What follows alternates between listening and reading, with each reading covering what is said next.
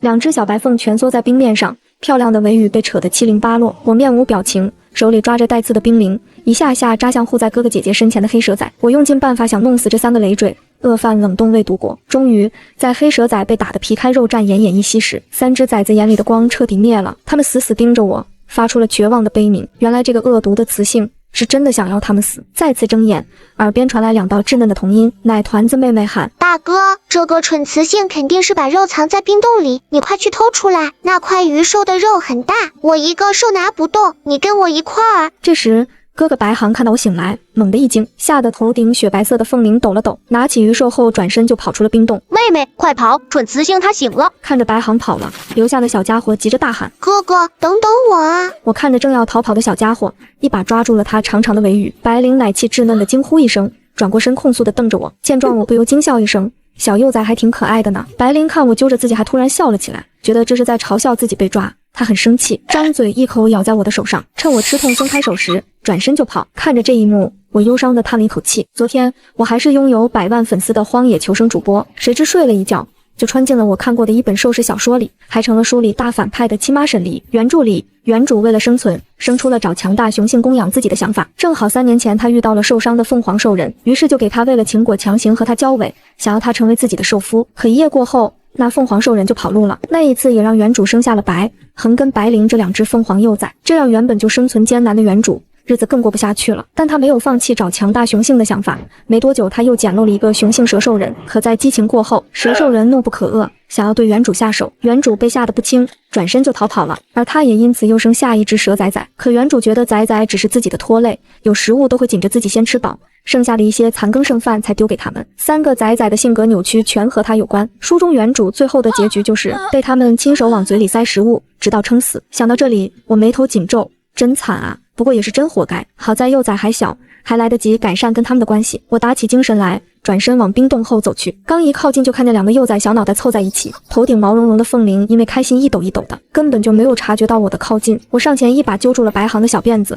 白航哼唧一声，愤怒地回头呲了呲牙：“你这个蠢雌性干什么？放开我！”边上的白灵看见哥哥被抓，长长的眼睫上挂上了晶莹的泪珠，无辜地望着我。慈母，白灵已经好几天没有肉吃了，呜呜，你不要把白灵的食物抢走好不好？2行泪滚落，看起来可怜极了。我一愣，就在我心软的时候，白灵一把抓起剩下的肉，转身就跑，跑远了还不忘回头做一个鬼脸。嘿嘿嘿，蠢雌性被骗了吧？看见妹妹跑了，白航着急的挣扎：“白灵，你给我留一点，那鱼兽是我偷出来的。”我收回视线，手里的力道加重了些，迫使小幼崽不得不看着我。白航不悦的小脸都皱了起来，奶昔般的声音充满了愤怒：“蠢雌性，你放开我！那个鱼兽是我们抓到的，你凭什么抢我们的？”闻言，我一阵汗颜。因为生存环境恶劣，冰原上的食物极为匮乏，他们一直过着3天饿9顿的苦日子。昨天白灵他们好不容易抓到了2条鱼兽，还没来得及吃，就被原主这个当慈母的抢走藏起来了。亲妈跟孩子抢食，这几个幼崽长成大反派，我一点都不意外。我松开手，眉眼渐渐柔和下来。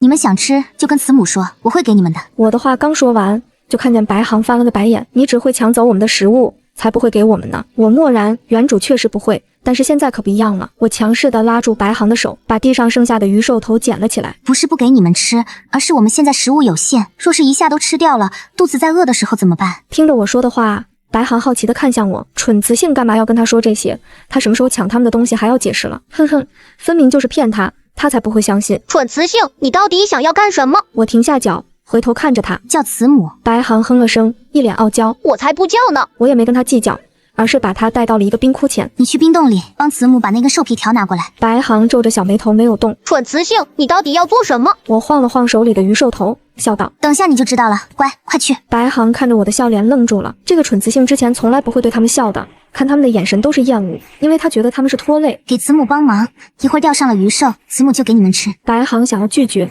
可看着我温柔的笑脸，他鬼使神差的就往冰洞跑去。寒冷的冰窟上已经结了一层冰，想要钓鱼就得把冰层凿开。我从边上捡了一块大冰块往冰窟里砸，直到手都快冻僵了，才把冰窟上的那层冰给砸穿了。我忍着冰寒把冰窟里的碎冰给掏出来，差点给我冻哭了。没一会儿，白航也拿着兽皮条回来了，这是之前他们捡漏到的兽皮边角料，看起来像是绳子。我把鱼兽头绑在皮毛上扔进了冰窟窿里。白航一看就急了：“蠢雌性，你怎么能把食物扔了？”白航连忙甩出翅膀往冰窟窿伸去，想要把鱼兽头捞上来。我眼疾手快地把他拉到身边。别乱动，我在钓鱼兽。白航头顶的凤翎抖了抖，小脸疑惑。钓鱼兽是什么？在兽市，兽人们并没有钓鱼的概念，想吃都是下水活抓，就是把鱼兽喜欢吃的诱饵放进水里，等到它咬住诱饵后，我们就把它抓住。白航似懂非懂，一脸不确信地看着我。我们说话时，一股寒风刮来，冻得我赶紧抱住了白航，不让他被寒风侵袭。白航感受着我怀抱的温暖，整个兽都愣住了。蠢雌性今天是怎么了？居然抱他！他脸色蓦地一变，用力地将我推开。你这个蠢雌性是不是想趁我不注意把我扔进冰窟里？我无语地扶着额头。我只是想要帮你遮挡寒风。然而白航根本不信，哼声道：蠢雌性，我才不会信你的话。说完，他害怕我抓他似的转身就跑了。我一脸无奈，跟幼崽们搞好关系任重道远，还是先填饱肚子再说吧。我死死地盯着冰窟窿，一直等到双腿发麻，手上的兽皮都没有动静，但我还是耐着性子静待。在我脸快被寒风吹面瘫时，手里的兽皮终于动了。我抓紧了兽皮，顺着水下的力道一点点地将兽皮往上拉。好一会儿，我终于看到了露头的鱼兽。我立即拿起一旁的冰块，猛地砸向冰窟窿，一连砸了好几下后才停了下来。我走到冰窟窿一看，僵硬的脸上终于露出了一抹笑意。太好了，今天不用饿肚子了。我把砸晕的鱼兽拉上来。要说兽市的物资其实是很丰富的，这5条鱼兽的个头都不小啊，至少能够保证我们2天都不用饿肚子了。我太冷了，怕自己被冻伤，只能先把这些鱼拉回冰洞里放好。刚把鱼兽放好，我就听见外面传来一阵争执的声音。我担心是几个幼崽有事，赶紧从冰洞里跑了出来，顺着声音的方向跑出去一段距离，就看见一条通体漆黑的小黑蛇正缠绕在一只白熊幼崽身上。白熊幼崽被勒得面色赤红，眼看着就要没气了。漆黑的蛇头缓缓抬起，黝黑的瞳孔竖了起来，张开獠牙就朝白熊幼崽咬去。见状，我脸色大变。墨渊，快住手！听见声音，黑色蛇崽停了下来，回头看了一眼，再看见是我后，树瞳更为冷冽，转头就要咬下去。墨渊，我立马冲过去，把他抱了起来。熊仔趁着脱困，连忙拿起鱼兽就跑了。墨渊看着鱼兽被拿走，他生气地对我吐着信子，转眼就变成了人形。小家伙一头墨色的长发，一双黝黑的树瞳充满着愤怒，呲牙时还露出2颗小虎牙。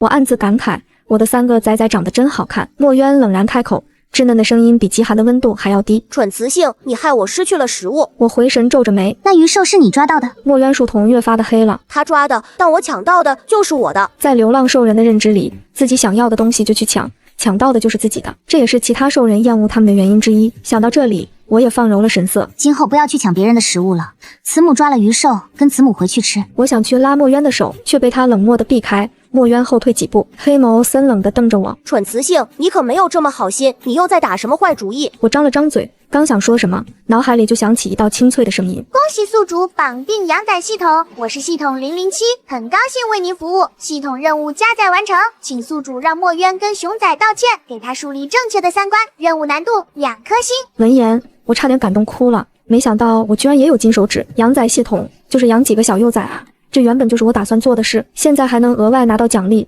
我有什么理由不做呢？回过神，我蹲下身，尽量让自己的神色看起来更像一个慈母。墨渊，一会熊仔的父母肯定会找你麻烦，你先跟我回去，免得他们把你抓走。墨渊阴气的眉头皱了起来，小嘴抿得紧紧的。虽然不知道这个蠢雌性想做什么，但这话说的倒没错，那只白熊的慈母是会打兽的。墨渊淡淡的瞥了我一眼，随后往冰洞走去。我见状也不计较，先整回去再说。等走进冰洞，就看见2个小家伙正抱着鱼兽在看，他们看见我回来都警惕的抱着鱼兽想找机会溜走。我没有责备他们。今天你们每个人都能吃1只鱼兽，剩下的留到明天吃。本来我想着能吃2天的，但当务之急还是先让幼崽们对我放下戒备。墨渊警惕地看了我一眼，但还是抵不住食物的诱惑，抓起地上的鱼兽大口地吃了起来。我看着他们大口吃肉的样子，眉眼也渐渐软了下来。此时我也饿得前胸贴后背了，拿起1只鱼兽刚准备吃，外面就传来一声大吼。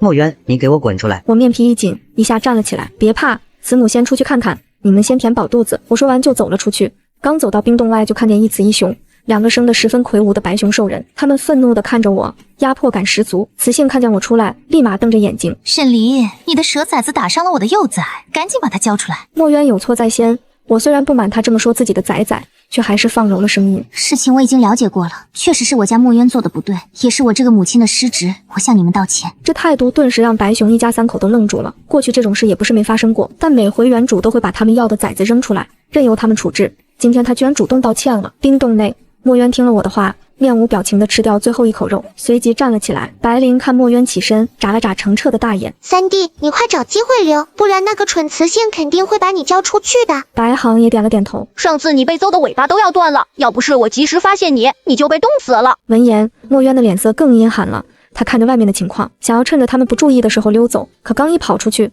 就被我眼疾手快地抱住了。墨渊吓得浑身僵硬。蠢雌性，放开我！我在他的屁股轻轻拍了拍，压低了声音：别跑，你听我的，我保证他们不会伤害你。墨渊根本不信，挣扎着要从我身上下来。墨渊，你就信慈母一次嘛，明天我还给你抓鱼兽吃。墨渊小嘴唇紧紧地抿着，黝黑的瞳孔越发的深邃。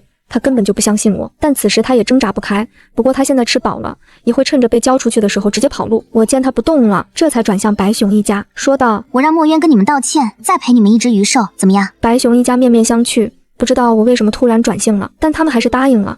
毕竟哪怕是他们想要找到食物也没那么容易。我看他们答应，轻轻拍了拍墨渊的肩膀。去吧，道个歉就好。墨渊紧绷着小脸，冷声道：他之前也抢过我的食物，也没跟我道歉。白熊幼崽一听就不高兴了，明明是你先抢我的。我看着小幼崽紧紧攥着的小拳头，猜想他应该没有撒谎。我看向白熊幼崽，你告诉我，之前你有抢过墨渊的食物吗？白熊幼崽哼了声，那也是他先抢我的。闻言，我立马沉下脸。你们都听见了，他也抢了我幼崽的食物，我们可以道歉，但你们也必须跟我的幼崽道歉。熊兽冷哼一声，他差点勒死我们的幼崽，还向我们道歉，你在做梦？快点把墨渊交给我们，不然这事没完。熊兽说完，那比我脑袋还要大的手掌就朝墨渊抓来。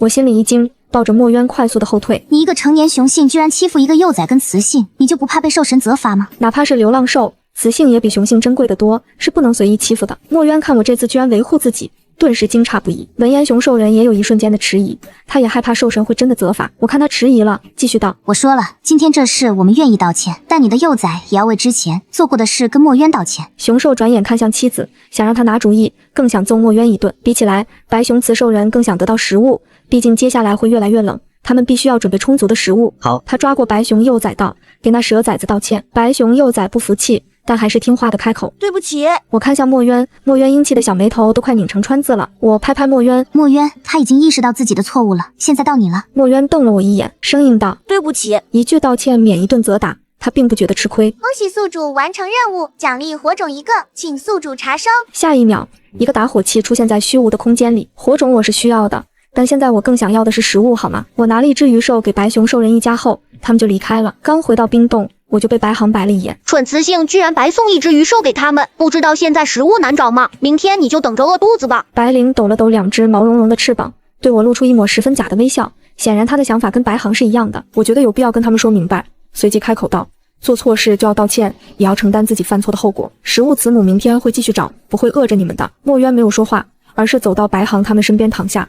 3个吃饱的幼崽就挤在地上，闭上眼睛，显然没把我的话听进去。我抹了把脸，默默提醒自己，熊孩子不是那么好教的，慢慢来，慢慢来。随即我看着地上仅剩的一条鱼兽，咽了咽口水，拿起一旁的冰刀割下一小块肉来。我不喜欢吃生食，但是这鬼地方连个柴火也没有，为了不饿死自己，我也只能将就。等吃完，我看了眼地上挤在一堆的3个幼崽，从床上拿了张兽皮过去盖在他们身上。我看了一眼外面沉下来的天色，在冰床上躺下，缓缓地闭上眼。睡梦中，我感觉耳边的呼吸声越来越粗重，惊得我立马睁开眼。外面天还没亮，但冰原都是冰山白雪，哪怕是晚上能见度也不低。我起身下床，感觉到脚下的震颤，我快速地跑到洞外查看情况，看清楚后，脸刷的白了。只见冰洞所在的这一块冰裂开了，浮冰正在跟山体脱离。若是我们不赶紧离开，就会被困在浮冰上，到时候不知道会飘到什么地方。我来不及多想，转身跑回冰洞，叫醒幼崽们：墨渊，你们快醒醒！冰洞所在的冰面跟山体分离了，我们要快点离开这里。几个幼崽一下惊醒过来，白航当先意识到发生了什么事，他快速起身，第一时间把剩下的鱼抱进怀里。我有些哭笑不得，快速将洞里的兽皮卷起来，这就是我们一家4口全部的家当。快跟着慈母走！4人幻化成兽形，快速地跑向冰山所在的方向。可巨型冰块已经跟山体分离，我们距离山体已经有一定的距离了。几个崽子还小，这个距离他们根本就跳不过去。白灵害怕地往哥哥身边靠了靠，到底还是年纪太小，面临危险时还是会害怕的想哭。我猛地加速往前冲，一下就跳到了对岸。而3个幼崽看我这么干脆利落地走了，饶是知道我从来都不喜欢他们，但也都绝望地红了眼圈。他们被抛弃了。突然，一抹银色再次出现，我又跳了回来。墨渊，快到慈母身上来，慈母带你跳过去。墨渊还以为自己听错了，这个讨厌他们的蠢雌性居然没有丢下他们。快点！距离越来越大，我也没有把握能跳过去。墨渊来不及多想，直接缠绕到我身上，我如法炮制的带着他跳到了对岸。你在这里等着慈母，慈母去把白灵他们带过来。随后我又跳了回去，将白航带了过来。还有一个，我再次往回跳的时候，爪子突然一下打滑，差点就摔进了水里。3个幼崽精的眼睛都直了，他们虽然讨厌我，但是也不愿意看见我死掉。蠢雌性。白灵看见我吃力的攀附在冰块上，哭着过去咬着我的爪子，想要把我拉上去。我咬牙一个借力，终于爬了上去。别哭，慈母没事。快到慈母身上来。我看着越来越远的距离，沉了脸，在后退了一大段距离后，快速助跑起跳，一直到安全落地，我这才瘫软在雪地里。蠢雌性。看着倒地的我，白灵变回了人形，想要上前，却又迟疑的在原地没有动。他不知道我为什么没有抛弃他们，他觉得很奇怪，但又有点高兴。我喘了口气，也变回人形。我还是习惯做人的状态，对着3个幼崽微微一笑，我说道：我没事的。说完这话，便是一阵沉重的沉默，因为我们的家没有了。白灵绞着小手，稚嫩的小脸满是苦恼。我们要去哪里？我拧着眉。我们是流浪兽，本来就没有家，现在冰原已经难以让我们生存下去，我必须要带着幼崽们离开，往南边走。如果遇到部落，想办法让他们给我们一个落脚的地方，先度过这个寒季再说。几个幼崽面面相觑，惊讶于我居然愿意带上他们。蠢雌性，你要带我们一起吗？白航没忍住问出口。他刚问完，脑门就被我弹了一下。什么蠢雌性？我是你们的慈母，当然会带着你们。系统任务，宿主要让3个崽崽叫你慈母，完成任务将获得系统奖励，任务难度3颗星。我闻声挑眉，这个任务对我来说可不难。看3个幼崽都没吭声，我故意虎着脸道：来，叫声慈母。白灵愣了一下，红润的小嘴张了张，最终露出一抹假笑，脆生生的开口：慈母。我笑眯眯地摸了摸白灵软乎乎的凤灵，白灵真乖。白灵小脸一下就红了，碧蓝的大眼睛都更亮了，她眨着大眼望着我。这个蠢雌性今天真的好奇怪哦，但她好像有点喜欢这样的她。白航哼了声，白灵这个小叛徒最会装了，我才不要叫这个蠢雌性慈母。墨渊也没吭声，只是看着我的眼神发沉。见状我撇了撇嘴，突然觉得这个任务难度3颗星也是有道理的，但是我也没有立即强迫他们。山体崩裂，这里还不安全，我们先离开这里。我搜刮着原主浅薄的记忆，发现冰山后面应该是有一座山林，冰山很大，我们一直走到天亮也没有绕过去。我拿出仅剩的鱼兽，分割成了4份，这是我们唯一的食物，吃了这一顿就不知道下一顿在什么地方。你们在这里等慈母，我去看看这周围有没有猎物。说完我就起身离开了。我走后，几个幼崽看着手里的鱼兽肉都没有动。白灵带着哭腔开口，碧蓝水润的大眼睛都变得暗淡，我就知道他不要我了。白航攥着小拳头，一脸气愤，还骗我们说不会丢下我们。墨渊抿着唇，黝黑的舌头透着一股压抑的哀伤，但很快就被冷漠取代。我哪里知道自己不过是去找食物，就被幼崽们误会了。我走在雪地上，放眼看去都是白茫茫的一片，除了我根本就没有任何生物的痕迹。我要去哪里找食物？就在我失望之际，身后突然传来一阵巨大的动静。我躲在冰山后，看着不远处的一幕，汗毛竖起。在前面的雪地上，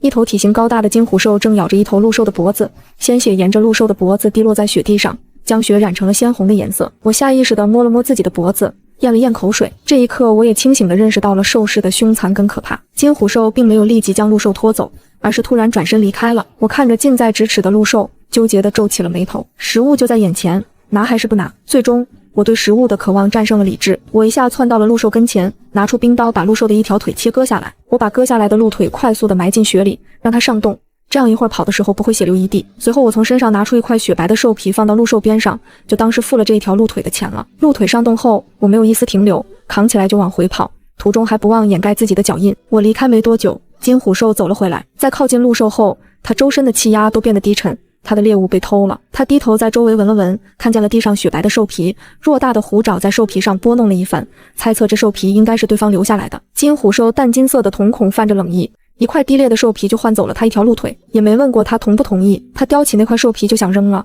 但想了想还是把它扔到了背上留着，回头他可以凭借兽皮上的气息找到那个小偷。金虎兽咬着鹿兽，将它扛到虎背上，朝雪林中走去。我回到几个崽子身边时，发现他们手里的鱼兽肉都没动。看慈母给你们带了什么回来？几个幼崽还沉浸在被抛弃的悲伤中。诺蒂看见我扛着一条大鹿腿回来，都十分震惊。蠢雌性，你居然没有跑！白航的话脱口而出。我放下鹿腿，轻轻拍在他的额头上，没礼貌。亏得你慈母我不畏艰险的去找食物，你们就这么想我？白航捂着额头，刚才闷闷的胸口不知道怎么了，突然变得轻快起来，一定是因为看见鹿腿了。慈母，你这鹿兽的腿是从哪里来的？对上白灵亮晶晶的大眼睛，我沉默了一瞬。人家换的，用兽皮换的。幼崽到底单纯也没多问，只知道他们有吃的。你们赶紧把鱼兽肉吃了，我们继续赶路。手里有粮，心里不慌，再次出发。我心里轻快了一些。这条鹿兽腿很大，省着点吃的话，我们至少可以吃上3天。我想到发现陆兽的林子能有雪林，说明韩朝来之前那是有数的，往那边走应该可以走出冰原。走到雪林时，我看到了刚才陆兽倒下的地方，鲜血沿着那一片雪地一路往雪林的方向去。我脚步猛地一顿，也就是说，刚才那只巨大的金虎兽很可能就在林子里。若是遇到金虎兽，被他发现自己拿了他的陆兽肉，我不知道自己的脖子能不能扛得住他的一口。等等，我们不往林子里走，走外面安全些。几个小幼崽第一次离开冰原，对外面的世界充满了好奇跟恐惧，都乖乖地跟在我身边。就在这时，一声虎啸突然响彻天际，惊得我们母子几人脸色发白，眼神惊悚地朝雪林的方向看去。快，我们快走！我赶忙带着他们离开。几个崽子都被吓得不轻，他们从来没有遇到过太吓人的猛兽。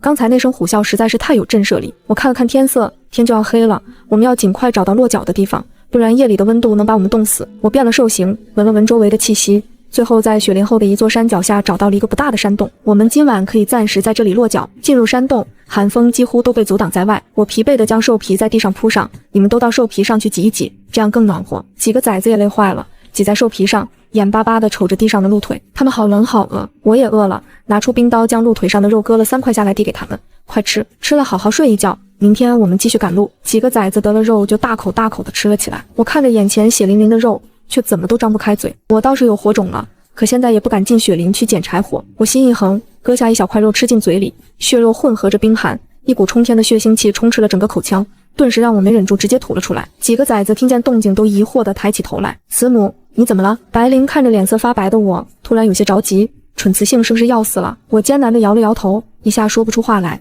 太恶心了。缓了好一会儿才开口，没事，可能是累了。我起身走出山洞，3个崽子疑惑地面面相觑。大哥，你说慈母是不是疯了？白航皱起眉头，连肉都不吃了，肯定是疯了。墨渊则是冷哼一声，没用的蠢雌性。我再回来时，手上多了几张干枯的树叶，捧到了几个崽子跟前，快把这水喝了，这是我出去用打火器融化的雪水，天寒地冻的，我做不到让崽崽们嚼冰块解渴。白灵很配合地喝了几口，喝完他一双碧蓝的大眼睛亮晶晶的，这个水怎么是热的？我还要。白灵还想喝，却被墨渊挤开了，他抓住我的手，大口大口地喝着叶子里的水。白航见这个阵仗也急了，一把推开墨渊，将剩下的水都喝了，随后一脸意犹未尽，蠢雌性，我还想喝，长这么大还是第一次喝热的水，让他觉得身体都暖和起来了。白航说完没有得到我的回应，他疑惑地抬起头，却对上我微沉的眉眼，一时间他有些无措起来。看什么？看蠢。白航话还没说完就被我捏住了小脸，我没有跟你说过吗？要叫我什么？白航被捏的小脸都红了，却还是倔强地瞪着眼。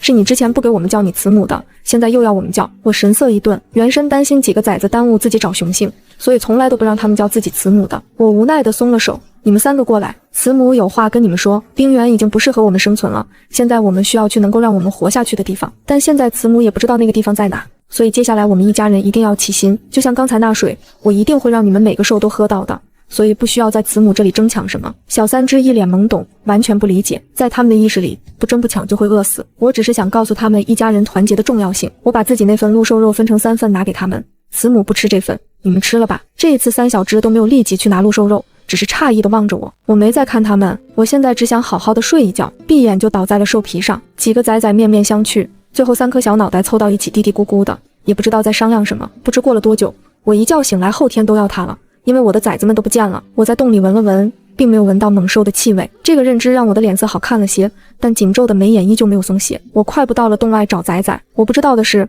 我刚离开山洞，几个崽崽就哼哧哼哧地扛着什么回到了洞里。把兽人放进洞后，几个崽子十分满意地点点头。白航道，这下蠢雌性应该能满意了。墨渊依旧面无表情，雪林还有食物，我们赶紧去弄回来。3小只再次出动向雪林进发，我循着崽子的气息找了一圈，都没有发现他们的踪迹，眼圈都急红了。那几个崽子最是贪吃的，早上起来时我发现鹿兽腿还在，说不定他们饿了就回去吃了呢。思及此，我就往回走，刚走进山洞我就愣住了，只见一个金色长发，脖子以下都是大长腿的帅气雄兽人，就这么一丝不挂地躺在我的兽皮上，身上还布满了伤痕。我的视线沿着雄性兽人的8块腹肌一直向下，完美的人鱼线，下是禁忌的庞然大物。我心惊肉跳地用手捂住了眼睛，但还是忍不住上前拿了块兽皮盖在他的最惊人地方，盖住了禁忌。我这才好意思打量他，他为什么会在洞里？我的几个幼崽不见了，是不是跟他有关系？就在这时，几个小崽子哼哧哼哧地抬着鹿兽肉进来了。看着我震惊的表情，白航傲娇地抬了抬小下巴，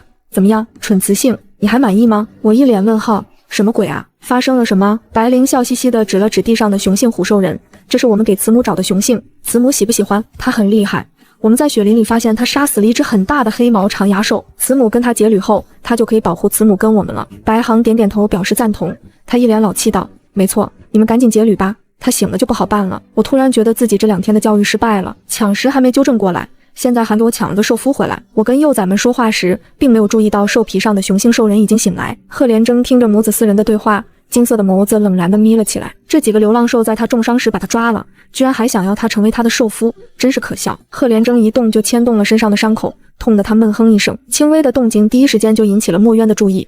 森黑的蛇瞳快速地朝赫连征看去，我也转身看向眼前这好看的雄性。赫连征森冷地盯着我，金色的眸子充满了威压。你们是谁？白灵吓得赶忙躲到了我身后。白航也很害怕，完全没有了刚才傲娇的气焰，但他可是顶天立地的雄性，怎么能躲在雌性身后？他壮着胆站到前面，哼声道：大雄性，你以后就是蠢雌性的伴侣了。赫连征俊朗的面容露出了冰寒的冷意，我不会做你慈母的兽夫，我也没想过跟他结为侣，但听他这么赤裸裸的嫌弃，心里还是不爽。我也不需要你做我的兽夫，但是我的幼崽把你带到这里，让你免于被其他猛兽啃食，你应该感谢我的崽子们，而不是在这嫌弃我们。赫连征怔住了，他很诧异，在他故意释放强大气息的情况下，这个看起来十分瘦小的雌性还敢直面他，倒是比部落那些雌性有胆量。赫连征视线一转，落到了角落里那被吃掉了一部分的鹿兽腿上，这鹿兽腿是他被偷走的那只。顿时赫连征看向我的眼神又冷了下来，果然是流浪兽人，毫无兽性可言。为了感谢他们把我带到山洞，那只鹿兽的腿算是谢礼。我顺着赫连征的视线看去，确定赫连征说的是昨天那只鹿兽腿后，脸色顿时变了。不是吧？不是吧？我无语死了，有一种偷东西被抓现行的窘迫感。我当时留了一块兽皮的。闻言，赫连征笑了声：你经过我同意了吗？没有，我更自闭了。3只崽子看我们有来有回的，觉得相处还挺愉快，对自己把赫连征扛回来的行为更满意了。赫连征看我一脸窘迫的样子，觉得我好像还没有坏透，他冷漠道：在我的伤好之前，我会暂时待在这个洞里，这分明是我们先找到的山洞，这雄性来路不明，万一对他跟几个崽子不利怎么办？赫连征将我之前留下的兽皮扔给我，那条鹿兽腿算是给你们的补偿。我微微皱眉，虽然这个雄性看起来伤得很重，但他跟我们在洞里还是会有不小的风险，只用一条鹿兽腿换，我可不乐意。刚才白灵偷偷跟我说，雪林里还有一头很大的黑毛长牙兽呢。我冷然道：不够，我要你所有猎物的一半。下一秒，赫连征金色的瞳孔缓缓竖起，一股强大的压迫力袭来，我只觉得呼吸都有些困难了，但我还是挺直了腰背，直视赫连征的眼睛。片刻后，赫连征突然将气息收敛，他心病发作了，几乎动弹不得。他拧紧眉头，这些流浪兽要是强行霸占所有猎物，他也阻止不了，答应他们至少还能剩下一半。赫连征看向我：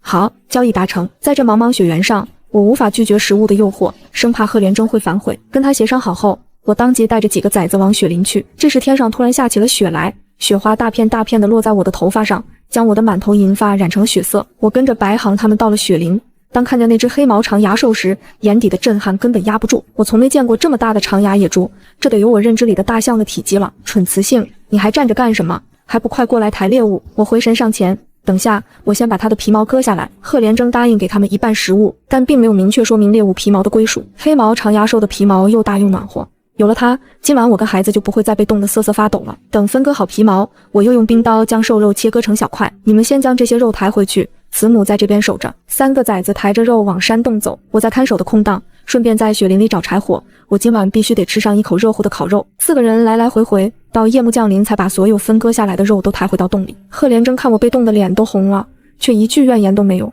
他冷肃的眉眼都稍稍收敛了些。部落里的雌性从来不会主动做任何事，都是等着雄性照顾。像我这样凡事亲力亲为的极少。我起身将一半猎物堆到赫连征边上，这一半是你的。赫连征看我分得很公平，甚至还多给了他一些，看向我的眼神又缓和了些。山洞不大，我只能在洞里找一个离赫连征最远的地方坐下，把捡回来的几块石头堆叠起来。白航几个早就饿得前胸贴后背了，抓堆在边上的鹿兽肉就要吃，可肉还没送到他嘴里就被我拦住。等等！白航那双淡棕色的丹凤眼蓦地睁大，愤怒地瞪着我：蠢雌性，这里有那么多食物了，你都还想要抢我呢？我看他误会了，连忙解释道：慈母不抢你的，而是要把肉弄熟了给你吃。白航愤怒的大眼睛染上疑惑：什么叫弄熟了？我们一直都是这样吃的。我知道他们从小到大吃的都是生食，甚至连火都没见过，不理解熟食是什么也正常。一会儿慈母弄好了，你就知道了。我拿过他手里的肉，将肉一片片的切割好，丝毫没有注意到赫连征那双金色眸子的变换。他确实很诧异，惊讶于我竟然懂得要将食物弄熟，这可是在中大型部落的兽人才会做到。很多小型的部落到现在都依旧是以生食为主。他一个雌性流浪兽是怎么知道的？我把捡回来的树枝放到堆叠好的石头里后，拿出打火器点燃。啊，蠢雌性，你要干什么？火星子冒出的瞬间，三小只吓得转身就跑到了洞口，眼神惊恐地望着我。兽人畏火，更何况是第一次接触火的三小只。赫连征也在我点燃树枝的瞬间坐直了身子，眼底满是震惊。你身上有火种，我知道自己有火会让他们惊讶，但没想到他们反应这么大。我面不改色道，这是兽神赐给我的，不管他们信不信，反正我就咬死这个说法。赫连征拧眉，他知道我没有说实话，但他也想不到其他的解释。我转眼看向三个崽崽，你们别怕火，只要能够控制得当，就不会伤害到我们的。为了证明自己说的话，在树枝烧起来后，我将切片的鹿兽肉用树枝串起来放到火上烤，顿时就有一阵烤肉的香气飘散出来。赫连征闻着肉香，喉间也下意识的滚动。白灵动了动秀气的小鼻子，眼巴巴地望着我手里的烤肉，饥饿战胜了对火的恐惧，他小心翼翼地挪到了我身后，奶气地开口：慈母，好香啊！我把一串烤好的鹿兽肉吹了吹，递给他，来尝尝看好不好吃。白灵闻着鹿兽肉的香味，馋的一口咬下一片肉，一口下去直接在嘴里爆汁，混合着肉香的汁水直接把白灵的味蕾给征服了。好好吃哦！看妹妹吃得开心，白航也忍不住冲了过来，就想去要白灵手里的烤肉，可他刚把手伸出去，小手就顿在了半空。白航突然想到他抢水喝食我那严肃的眼神，可是他现在好想马上吃到烤肉啊！他眼巴巴地盯着白灵手里的烤肉，还剩下一块就被吃完了。就在白航着急的想要再次动手时，一串冒着热气的烤肉塞到他手里，还有很多，你们都能吃到。白航看着烤肉迫不及待地吃进嘴里，啊，好烫烫烫！烤肉太烫，白航痛得跳脚，却舍不得把嘴里的肉吐出来，小心点火，烤出来的食物都会烫嘴，吃之前要吹一吹。我又将另一串烤肉递给墨渊，墨渊性子冷淡，即便对烤肉很渴望，好看的小脸上也不会有过多的表情。墨渊接过烤肉吹了吹，随后一口吃了进去。烤肉很好吃，但他的小脸的表情依旧冷淡。我把捡回来的叶子铺开，将烤好的肉放在上面，三个崽子一口接一口的，我看他们肚子都圆滚了，就不再让他们吃了，吃太多容易消化不良。三只崽子到底还小，吃饱后就犯困了，躺在肉皮上就渐渐睡过去了。看他们都闭上了眼睛，我这才坐下来，将叶子上的烤肉分了一半出来，拿到赫连征跟前。赫连征有些诧异，没想到我竟然愿意将烤肉分给他，这是对你愿意分食物给我们的感谢。其实我对他也还是忌惮，主动示好也只是为了不让赫连征对我们孤兽寡母产生什么恶感。即便他现在看起来情况不太好，但想到白天他故意对我释放强压时，我还是心有余悸。赫连征刚才闻着就觉得很香，他接过烤肉后又拿出一块生肉给我，我不需要一个雌性来供养，我也没客气，不要白不要，好，算是我们平等交换。随后我就回到火堆边上坐下，开始吃烤肉。虽然没有任何蘸料，但烤熟的肉对我来说已经比生肉强太多了。吃完剩下的烤肉，我将火堆熄灭，来到崽崽们身边躺下。赫连征拿起一块烤肉吃进嘴里，因为火候掌握得很好，外焦里嫩的比他之前吃过的都好。他深深地看了我一眼，这个雌性确实不太一样。说完，他看了眼自己受伤的腿，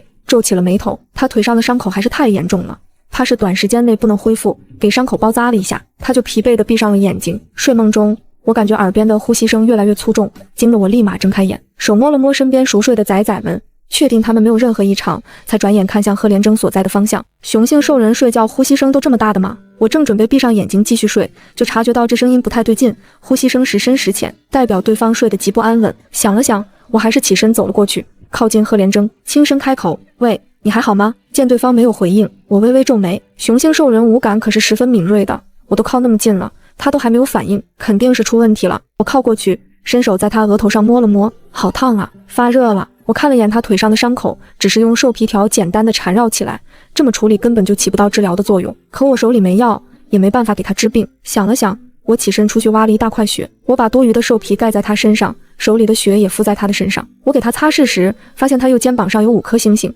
顿时让我震惊不已。这哥们竟然是5星兽魂，在他的记忆里，这个等级就算是中型部落都是少有的，也不知道他是从什么地方来的。我手里的动作不停，一直在洞里洞外往返，就是为了给赫连征降温。眼看着他滚烫的温度慢慢降了下来，我也累得眼皮开始打架。我打了个哈欠，起身准备回崽崽那边睡下，可蹲太久腿麻了，刚一起来一歪就倒了下去，扑到赫连征身上。哎呀，我脸撞在他的胸口上，鼻子阵阵发酸。这雄性兽人的肌肉怎么这么硬啊？双手在黑暗中摸索着想要起身，这胸肌手感竟出奇的好。你这雌性在做什么？下去！我直接被他掀到了地上，摔得屁股都要碎了。赫连征视线冷肃地看着我，他没想到这雌性竟然会趁机爬到他的身上。你最好断了让我做你受夫的心思。我一听顿时就怒了，谁要你做我的受夫？是你昨晚发了高热，我好心用血给你降温，你就是这么报答我。贺连征眼神不变，显然不相信我的话，不需要你对我做任何事，好心没好报。我气哼哼地回到仔仔身边坐下，没用的蠢雌性。我回头就对上墨渊那双嫌弃的黑眸，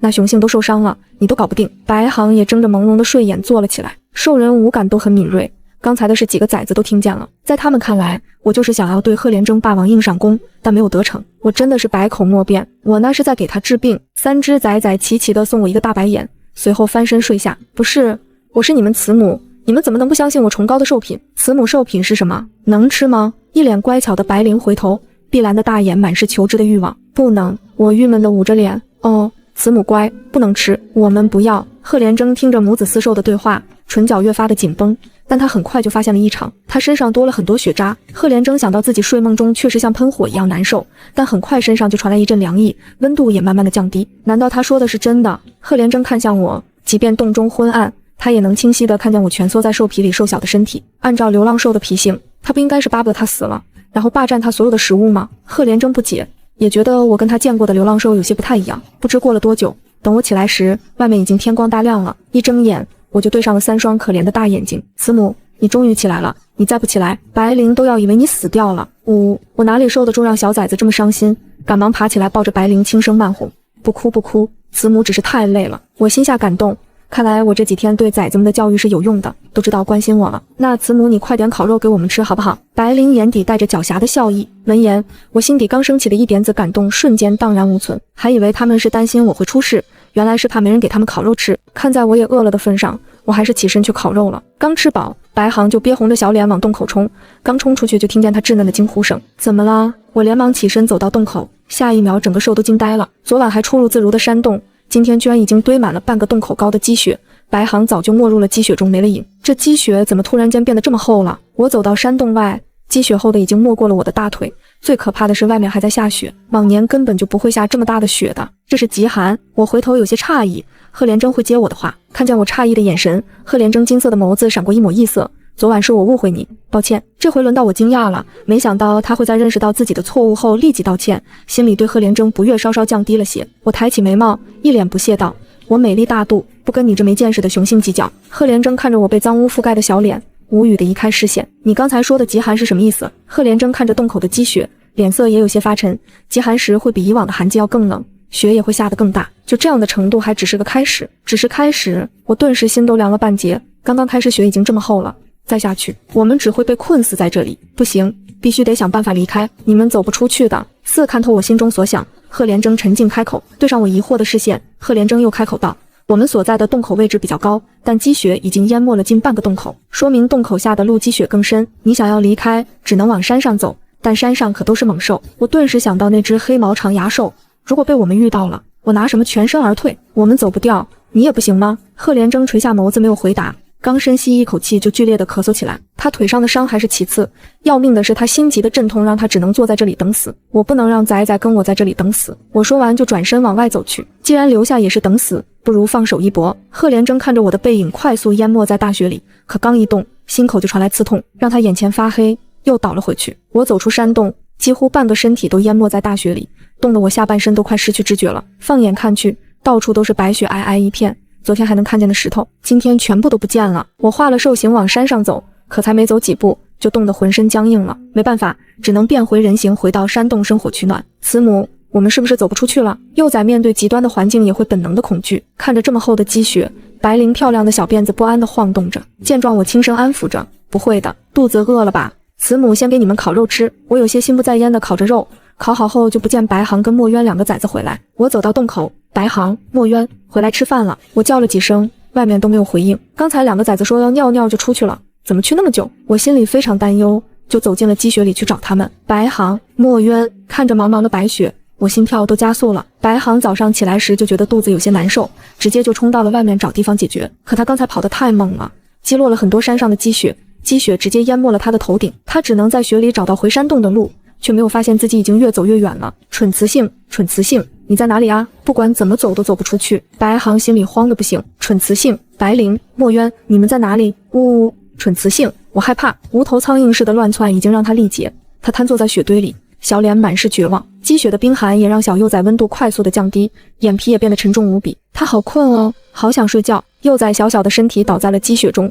呼出来的白雾将他的小脸覆盖。以前在冰原时，他就看见那只白熊雌性把他的崽崽抱在怀里，白熊崽崽的样子看起来好舒服，好开心。那时候他就很好奇慈母的怀抱是不是真的很温暖，可是他的慈母永远都不会抱他。慈母，我好冷哦，想要抱抱。就在白航快要闭上眼睛的瞬间，头顶突然一亮，一双微凉的手把他从厚厚的雪里抱了出来。总算找到你了，白航，你吓死慈母了。冷得快失去知觉的白航突然被抱进了一个温暖的怀抱，他紧闭着双眼，哼唧地往我怀里钻。慈母，你抱抱我好不好？感受到小崽子的依赖和渴求，我心都要化了。我抱紧怀里的崽崽，在他冰凉的小脸蛋上亲了亲。慈母来了，没事了。温柔的嗓音让白航彻底放下了戒备，彻底晕了过去。我看白航晕了，心里急得不行，想把他先抱回洞里，又担心墨渊，只能用兽皮外衣包紧了白航，随后继续去找墨渊。墨渊，你在哪啊？我没走多久，就看见倒在雪堆里的墨渊，积雪已经完全把他掩埋。我走过去，把墨渊从雪堆里抱了出来，发现他的脚被砸伤了，意识已经被冻迷糊了。慈母，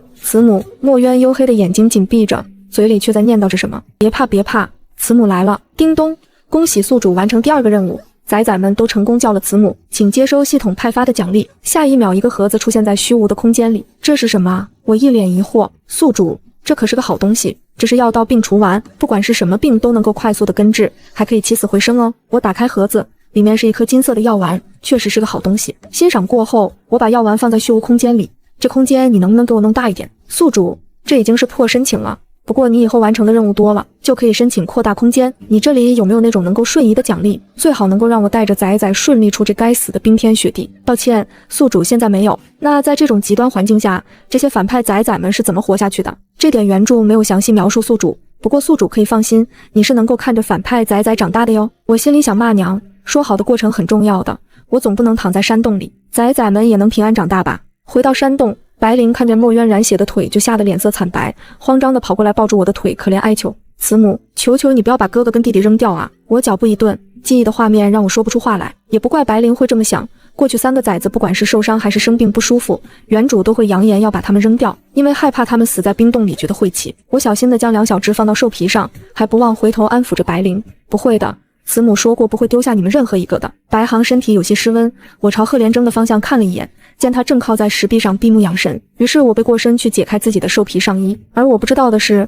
在我转身的瞬间，贺连征就睁开了眼睛。他其实有些疑惑，从我和几个崽子的对话来看，我们之间的关系似乎并不好，我更像一个对崽子不负责的慈母，但从我的表现来看，又不是这么一回事。贺连征正疑惑时，就看见我把兽皮衣给脱了，沾满污渍的兽皮一下竟是如雪一般银白的皮肤。贺连征只觉得心口抽了抽，痛得他倒吸了一口凉气。他慌乱地闭上了眼睛，背着身的我根本就不知道发生了什么。我解开兽皮衣后，将白航抱了起来，用兽皮条把他绑在自己身上，打算用自己的体温让他慢慢的回温。绑好白航后，我才来到墨渊跟前查看他脚上的伤。过去我是荒野求生的老玩家，也会一些粗浅的医术。我摸了摸墨渊的脚，确定他只是受了皮外伤后，才小心地用兽皮条把他的伤口包扎起来。伤口刚一包扎好，墨渊就醒了过来。小家伙漂亮的黑眸在短暂的迷茫后瞬间变得警惕起来，他快速地爬起来，可刚一动就扯到了脚上的伤口，痛得他哼唧一声。我连忙把他扶住，快别乱动，慈母刚把你脚上的伤口包扎好。墨渊绷着小脸想要推开我，